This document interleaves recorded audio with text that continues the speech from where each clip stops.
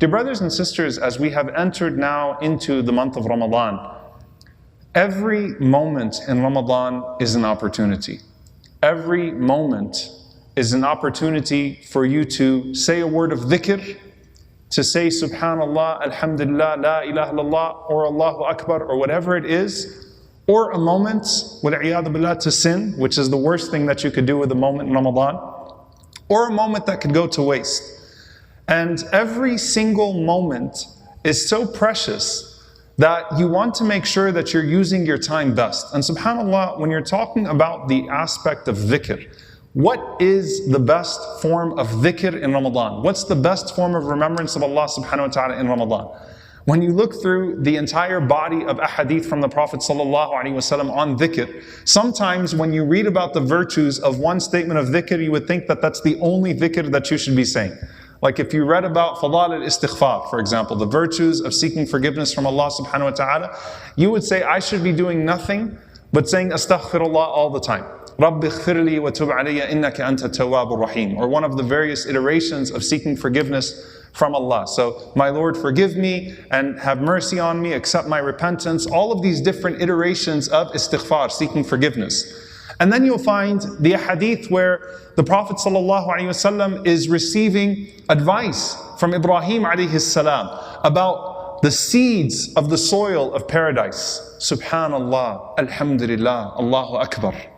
And then you find the hadith where the Prophet ﷺ says that there are two phrases that are beloved to Ar-Rahman, light on the tongue, heavy on the scales. Subhanallah wa bihamdihi, Subhanallah al-Azim. Tasbih, the glorification of Allah. And then you find the hadith where the Prophet ﷺ said, Inna afdal al-dhikr, the most beloved, the best of all remembrance is La ilaha illallah. Keep your tongue moist with La ilaha illallah. And then you find hadith Ubay ibn Ka'ab radiyallahu ta'ala anhu, where he asked the Prophet ﷺ how much of his dua should be dedicated to salawat, sending peace and blessings on the beloved sallallahu alaihi wasallam.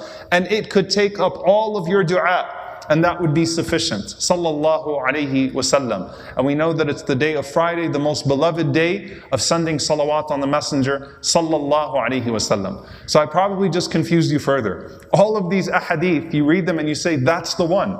Or inna rabbaka yuhibbul hamd. Your Lord loves praise. So just say alhamdulillah over and over again, right? So subhanAllah, it's every single chapter. You find these azkaar and you say they're amazing. And which one should I prioritize? And then you find statements from the pious predecessors. And all of this is an introduction to the question, by the way. The statements of the pious predecessors like Al-Fudayl and Ibn Taymiyyah rahimahullah ta'ala, when they were asked about prioritizing seeking forgiveness over glorifying Allah, istighfar over tasbih. And the example that they gave was that if you have a garment and it is stained, then you don't embellish the garment before cleaning the stain. So istighfar cleans the stain. Tasbih, saying subhanallah, are the buttons on the garment, are the embellishments on the garment. And so they prioritized istighfar over tasbih. But they never neglected tasbih. Where does that leave us in Ramadan? Where, as the Imam al-Zuhri rahimahullah narrates, one subhanallah in Ramadan is 1,000 times subhanallah outside of Ramadan. This month in which the mercy from Allah is descending upon us constantly. And this is where you find some of the scholars start to give some beautiful insights. Number one, the best form of remembrance is Quran, and the best way to read the Quran is in prayer. The best form of remembrance is Quran. It is khayru dhikr. It is the best form of remembrance. So as you are reciting your Quran throughout the day, it's a part of your dhikr. It's a part of your remembrance of Allah subhanahu wa ta'ala. And the best way to recite the Quran is in your salah, is in your prayer. Why? Because in your 2 rak'ahs of Qiyamul Layl, you will combine all of the azkaar just to have a proper prayer. You'll have takbir, you'll have tasbih, you'll have istighfar, you'll have salawat. So just 2 rak'ahs with the Quran in it combines all of the best forms of dhikr, and that's the mercy of Allah subhanahu wa ta'ala, that all of the best forms of remembrance are combined in salah. And then the Quran, wal Qur'ani the dhikr, the Quran that is Dhikra lil alameen, a reminder to the worlds, as well as a book that is full of the reminders and the remembrance of Allah subhanahu wa ta'ala. You recite it at all times and you have that intention. And they said we can take insights from two things. Number one, look at the way the Prophet ﷺ's prayer was. Can you recite Quran in sujood? No. You can't recite Quran in your prostration. There were some nights that the Prophet ﷺ would stand in his Qiyamul Layl and he would read Quran for so long you would think he was never going in ruku' or sujood. And there were some nights that the Prophet ﷺ went into sajda, into prostration, where all you do is make dua and remember Allah. You don't read Quran in your sajda, in your prostration, to where if you would have saw him sallallahu alaihi wasallam, you would have thought he died in his sujood. Can you imagine that sight? You see him in his sajda and you think he must be dead alayhi salatu wasalam because he's not getting up from his sajda. قام رسول الله صلى الله عليه وسلم بآية. Salama narrates two hadiths. She said the Prophet ﷺ would spend an entire night with one ayah of the Quran. One ayah. And then he would spend other nights sallallahu alayhi wasallam, and it was as if he was going to recite the whole Quran in his qiyam, in his standing up. And so when the Prophet ﷺ would stand, he would read Quran and he would bring with his Quran dua to Allah subhanahu wa ta'ala and the remembrance of Allah. And when the Prophet ﷺ would make sujood, then the Prophet ﷺ would focus entirely on dhikr and dua. And so the ulama say, what we see from the Prophet ﷺ is engage yourself between that which is the Quran, the recitation, and that which you would say to Allah subhanahu wa ta'ala in your sujood.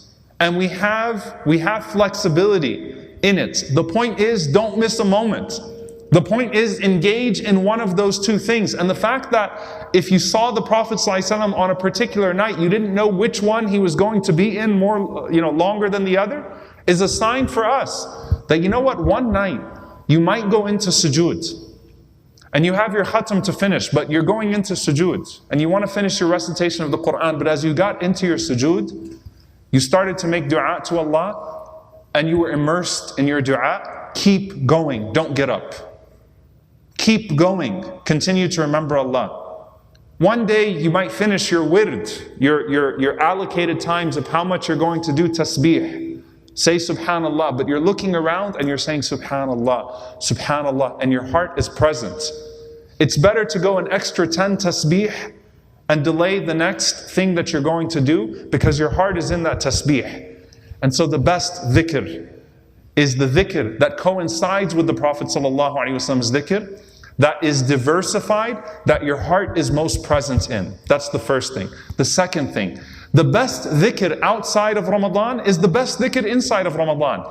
Meaning, the reward for your morning remembrance and evening remembrance in Ramadan is even greater than what it would be outside of Ramadan. The Prophet ﷺ would not pause the morning Azkaar and the evening Azkaar, the things he would say in the morning and the things he would say in the evening after Asr, because Ramadan came around. If anything, they are greater at that time, and that is the best time to learn the habits of those things. Okay, so to really bring them into your life and to not let go of those things. That would be like a person who focuses on praying Taraweeh and then they forget all of the other sunan.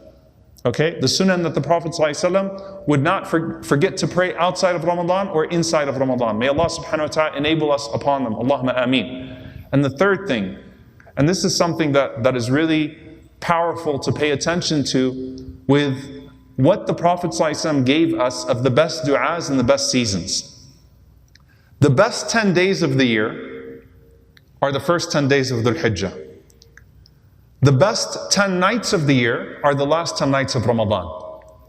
The best of the first 10 days of Dhul Hijjah is the day of Arafah. And the best of the last 10 nights of Ramadan is Laylatul Qadr. Right?